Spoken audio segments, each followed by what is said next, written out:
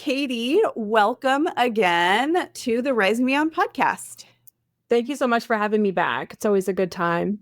Yeah, I'm excited to chat about family of origin related stuff because in my experience, the patterns and experiences from family of origin almost always impact Yes. a survivor's healing process, and they come to learn things that they didn't know before, right? Those realizations of maybe where patterns stemmed from or why they still hold on to certain traumas from their history. And so that is kind of where we're jumping in today. And you have a new book, and we're going to share information on that in show notes and throughout the episode. But let's talk about family abandonment or caregiver abandonment. What does that look like? What would your definition of that be? So I always like to describe it as kind of like a comparison, because a lot of times, abandonment is a big word. It's really an umbrella term, kind of like trauma, where it can kind of describe everything, but yet maybe not a lot of things. So it's really broad. So in my area, my focus area, many of my clients have experienced abandonment by a parent, which means a parent who left. And it's different than a parental absence. An absence is like maybe if you grow up and your parent died, or maybe your parent wasn't present because maybe they passed before you were born or things like that. That, of course, brings its own set of traumas, and many people would have, maybe experiences, from that.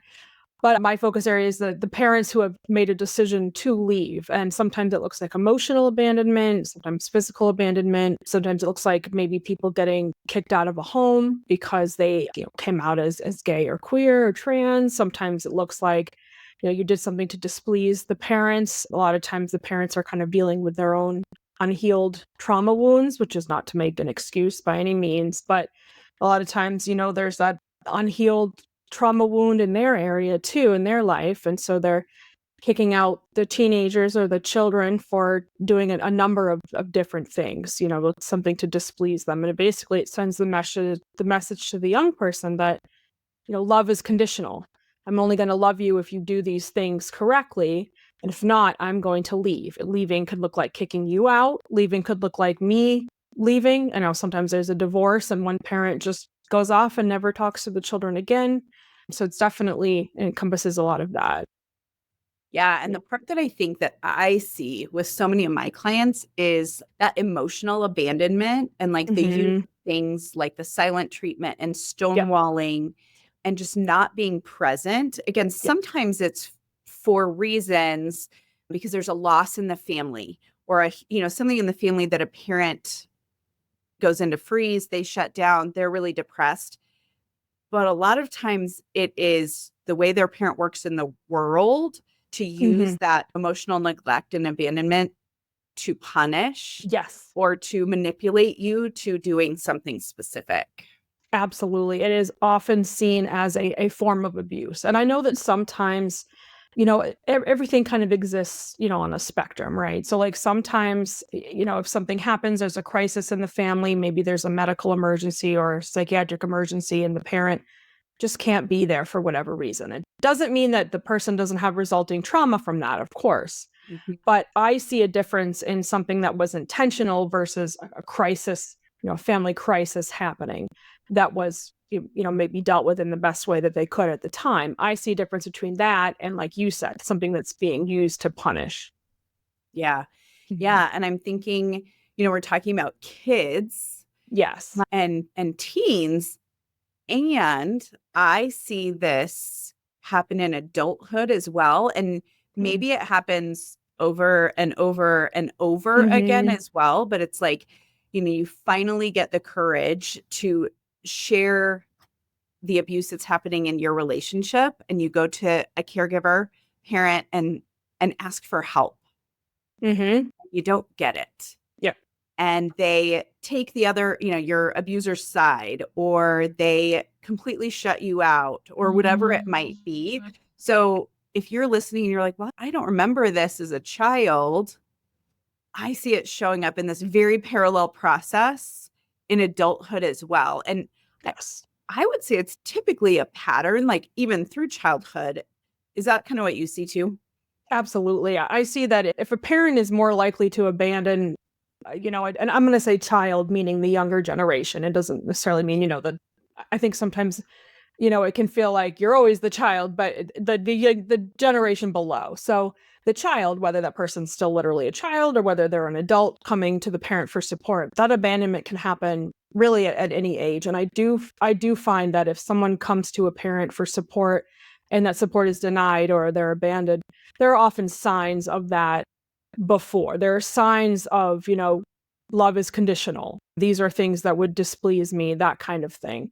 But I have a lot of clients who've come to their families, and said, I'm being abused, or I, just left my abuser, things like that.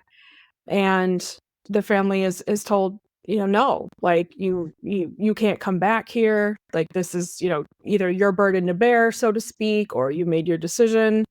A lot of times I see that with clients who maybe have more traditional or more like faith-based families, but of course it's not exclusive to those families. But families where there's this message of, your job, and usually it's to the young women, your job is to go and get married and be married and to stay married or stay in the relationship, whatever that ends up looking like. Yeah. And I'm thinking some of that is to have the perception, to have the perfect family, right? So that maybe it's like they're with their ladies at lunch and they get to talk about their child who's happily married to this wealthy person, kind of in that arena a little bit, that perception of that.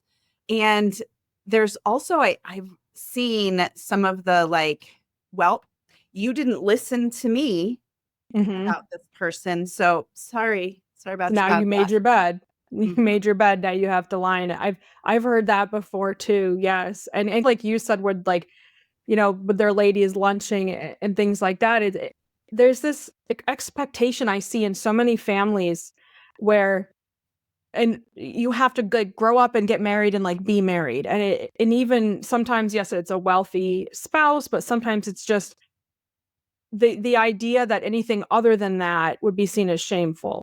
The idea that you can't be a divorcee, you can't be divorced, you can't break up, you can't, if you are divorced, you have to quickly get married again. There's like this, and we're in 2025, and we have this, expectation of those kind of traditional values that you have to be married, even if it's abusive or dysfunctional or toxic.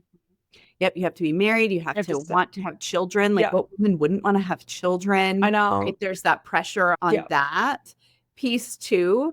And I mean, it's just a lot of pressure to put on people in general. And then if we look at people who don't fit the heteronormative world, that can be an even different type of pressure. Yeah, because you mentioned children, and it's interesting because it's almost like as soon as they have children, many of my clients will be like, now I have to stay, in this abusive relationship because my families or society will be like, well, you can't leave now because you have children, and that adds a whole other element. Yeah. Right. And like, I know this, like, sharing children with your abuser. Yeah. That's like, right. Post-separation abuse till forever, it feels like. I mean, because then they have that visible thread to continue to abuse and the power to hold. And like you said, too, and especially if you're not in, a heteronormative heterosexual marriage, it's 10 times worse because there's so few laws and so few understandings of even relationships outside of that, quote unquote, heteronormative, picture. So the resources and the support are even fewer and further between. Yeah.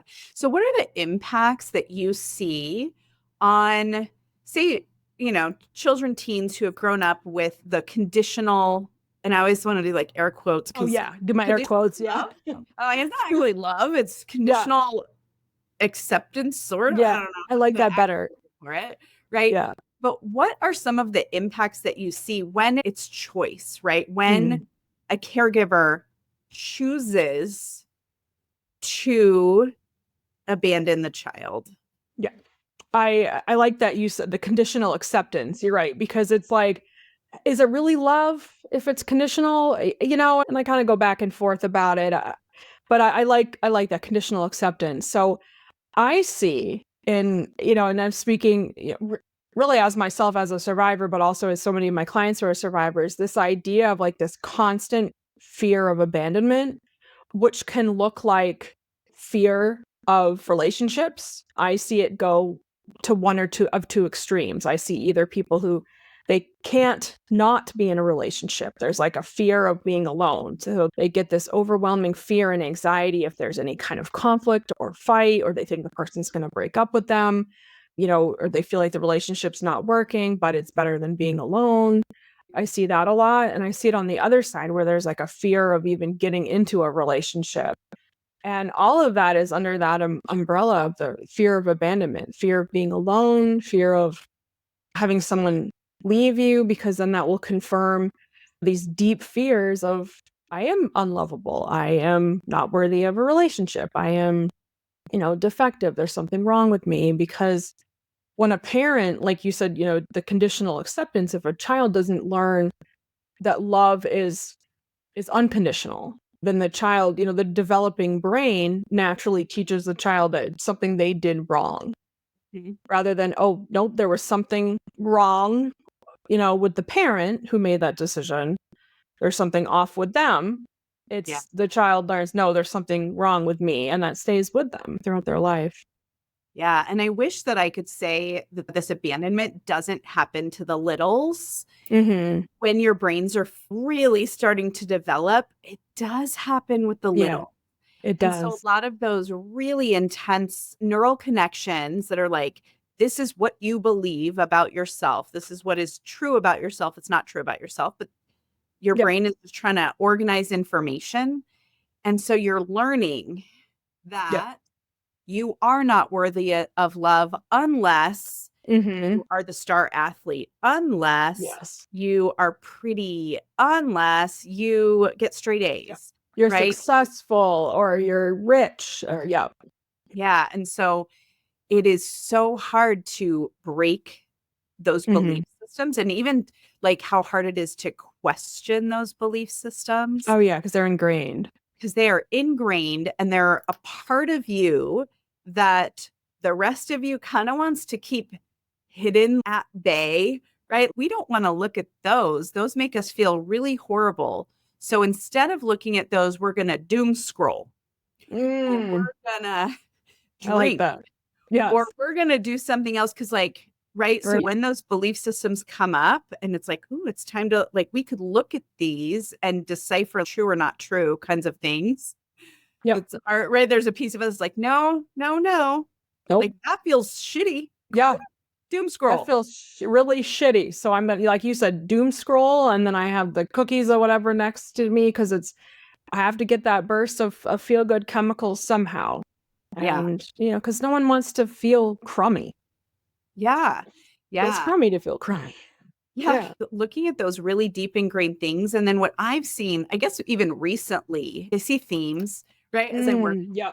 like the same themes seem to come out. Like the therapy gods are like, hey, Yeah. you need to talk about this theme on your podcast because Same. Yeah. I'll come Same. out with a lot of people. Yeah. But this theme of when people are kind of reflecting, they're doing the healing work, and then it just like hits them. Yeah. Oh my gosh. No wonder I am doing X, Y, and Z, or I'm in this position. And those realizations can be like a gut punch. I know. Gut It punch. can feel very difficult. Yeah. So, what are some of the things that you do as you're working with people of maybe they have that realization, or maybe they're like, no, my family life was just, it was fine, kinds of things. Mm-hmm. But then you're seeing these patterns later in life in adulthood. How do you Mm-hmm. help people look at that and then be at peace with where they came from? Mm-hmm. So a lot of people, and I see this really across all ages, but I see it at certain stages of development. I think young people, and I'm kind of speaking to like the college age, high school, of course, but college and kind of that emerging adulthood. I think it's normal to have some level of denial for most of us, not all, but most of us, because it can be extremely scary and even unsafe.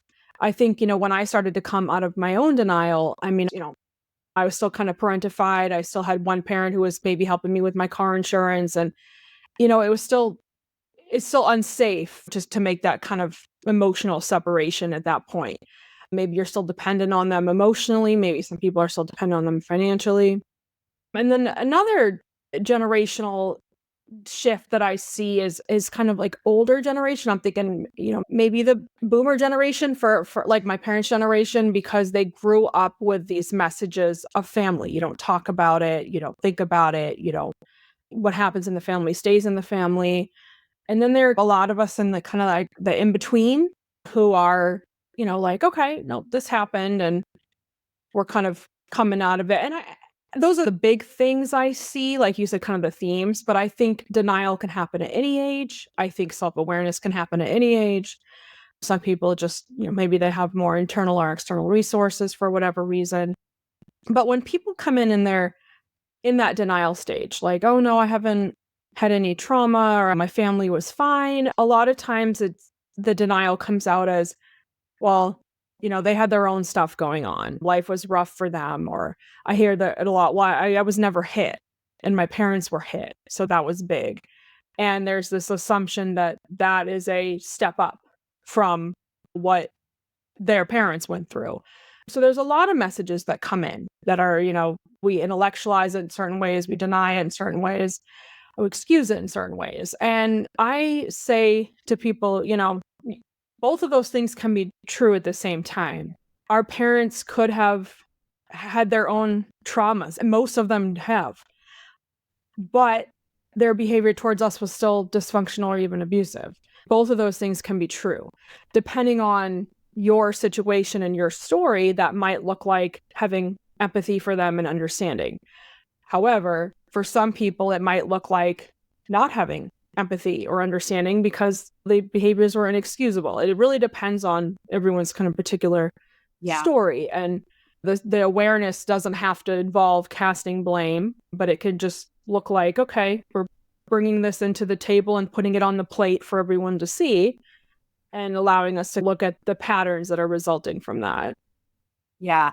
And I was thinking too that so often the survivors I work with they're here because of their abuse. Well, sometimes they're here because of something random. And we're learning the relationship is like, no wonder you're anxious, right? Yes, like, no wonder. Absolutely. Yes. You're living in an abusive situation. But so they're doing the work with them and their partner.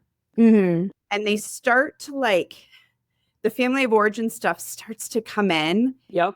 And they are petrified to do that work because it's that fear of losing both at the same time. Like, I don't have the bandwidth to really look at my relationship with my partner and then also maybe have to cut off. And we're not so cut off is not always the answer as I'm for sure. I'm sure that cut off and estrangement is not always the answer. But as you're right. And so they're like, I still have to keep this relationship with my parent because I do not have the mental resources to get rid of both this abuser and my family at the same time and do that work. And so I see, more than one thing can be true at the same time with that. I really like how you said, I actually kind of just jotted that down on a sticky note because I like that so much. The fear of losing both at the same time. And that can look like you mentioned, estrangement or cutting them off. But also when we start to come to terms with how abusive, dysfunctional, chaotic, what have you, our family was, there's a sense of loss. There's a sense of grief. And whether we're even going to the, what are we going to do with it? Are we going to leave, stay, all the above? It's scary. There's a sense of loss. There's a sense of like, oh no, my childhood was not, insert whatever assumption we had of our childhood, even if it was denial, even if we were just trying to think of a neutral childhood, there's this sense of loss. There's a sense of like, oh wow, my families were not like other families. And that can be extremely scary. There's a lot of grief. There's a lot of fear.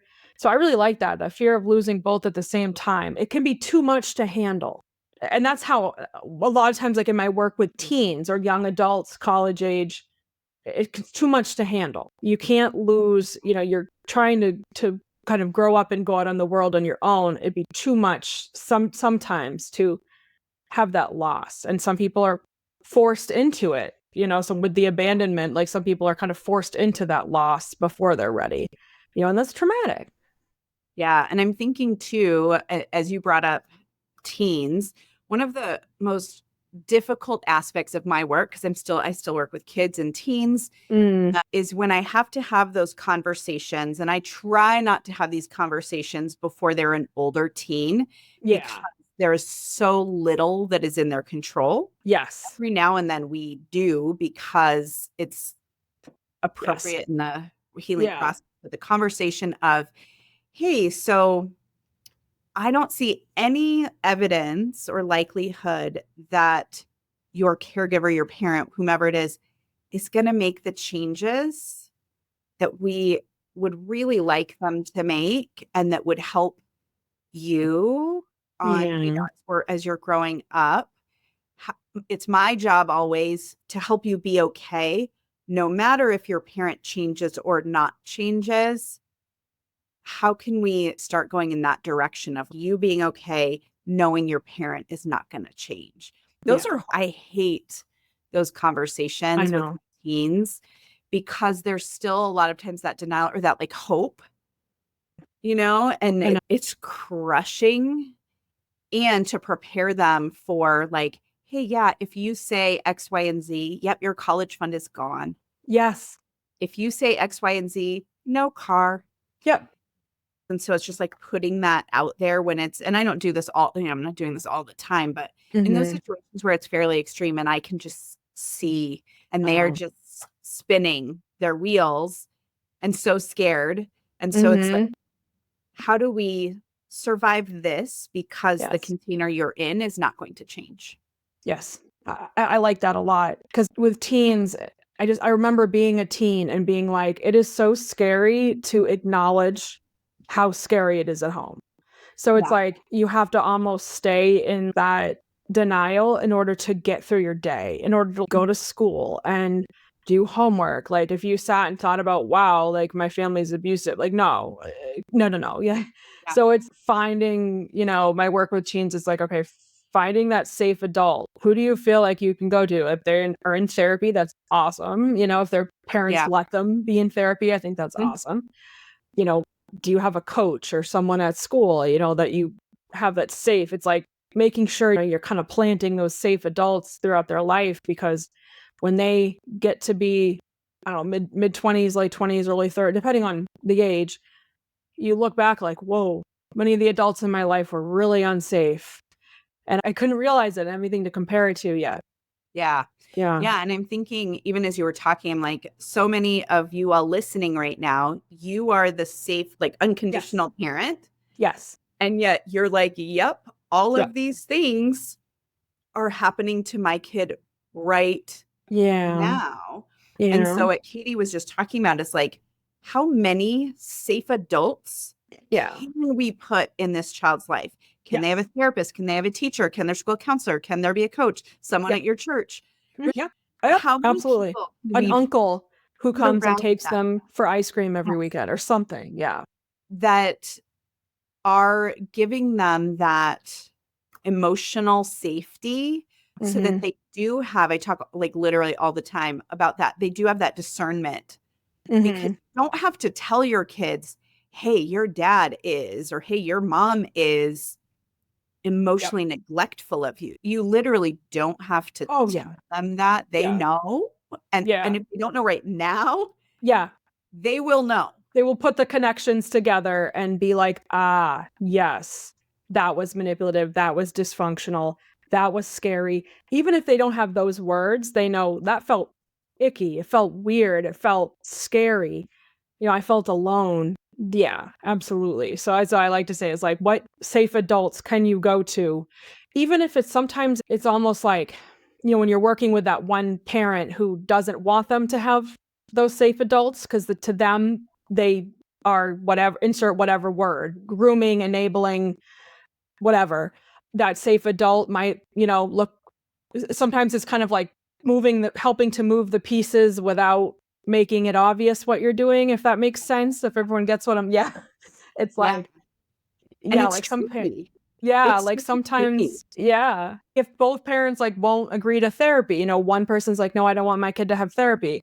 That's a huge red flag to me as a clinician and a survivor. And B, okay, well, they play basketball, so hopefully their coach, is something like that. Who can you kind of plant? Yeah.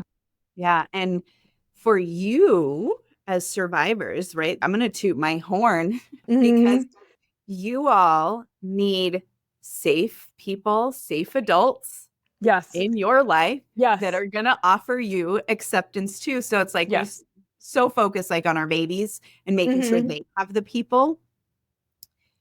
But the reason that we have a community, the Rising Beyond community, is because you also, as you're realizing, oh my gosh, my mom is a narcissist. Like I had Yes. now that I Yep. know all the things, they're narcissistic too. No Yep. wonder I modeled my relationships after that or whatever. Absolutely. Yes. Yes. Learning that in isolation, that's I really know. hard and overwhelming. And if you It's don't so have the overwhelming. other support people, I know.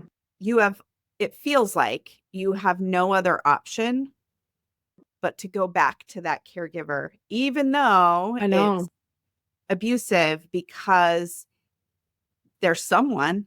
Yeah. There's someone. And like you said, sometimes the alternative is, a lot of my clients are, like you said, this is the person who's going to make it possible for me to go to college, or they're paying my high school tuition, or I just graduated from college yesterday and they're paying my rent, or they're paying for my dorm.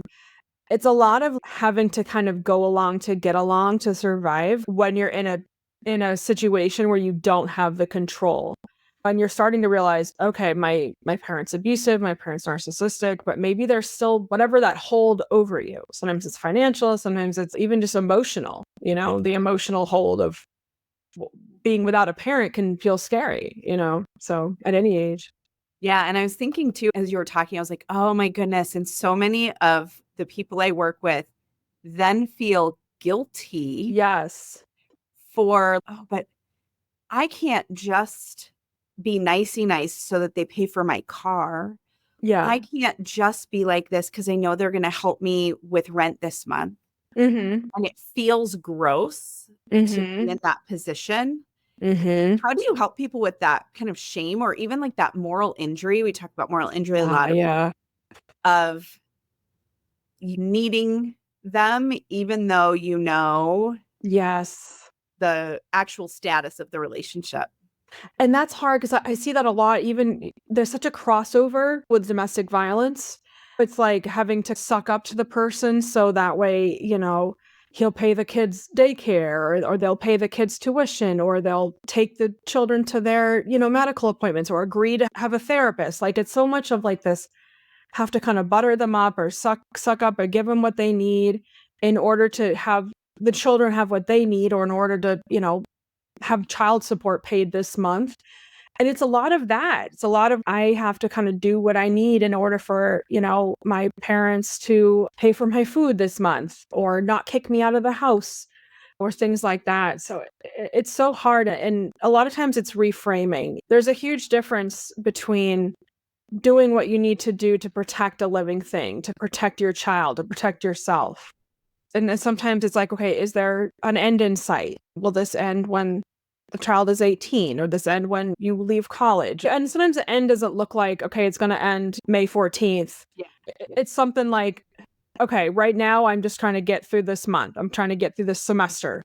It is hard. It's case by case, and it's a lot of validation of, yes, this feels weird. But I also like to reinforce that it feels weird, because that shows that you have a moral compass, maybe. Yeah. Yeah. Yeah. Because sometimes it's like, oh my God, doesn't that make me just like No, my it ex? does not make you just Like, but I understand. no, right? Like, Not no, just because no. you're struggling with this decision Yeah. because you have empathy. Yes, Like, because you have empathy and you realize, yes. No, I You like have a that. moral code. And Yeah, so you have one.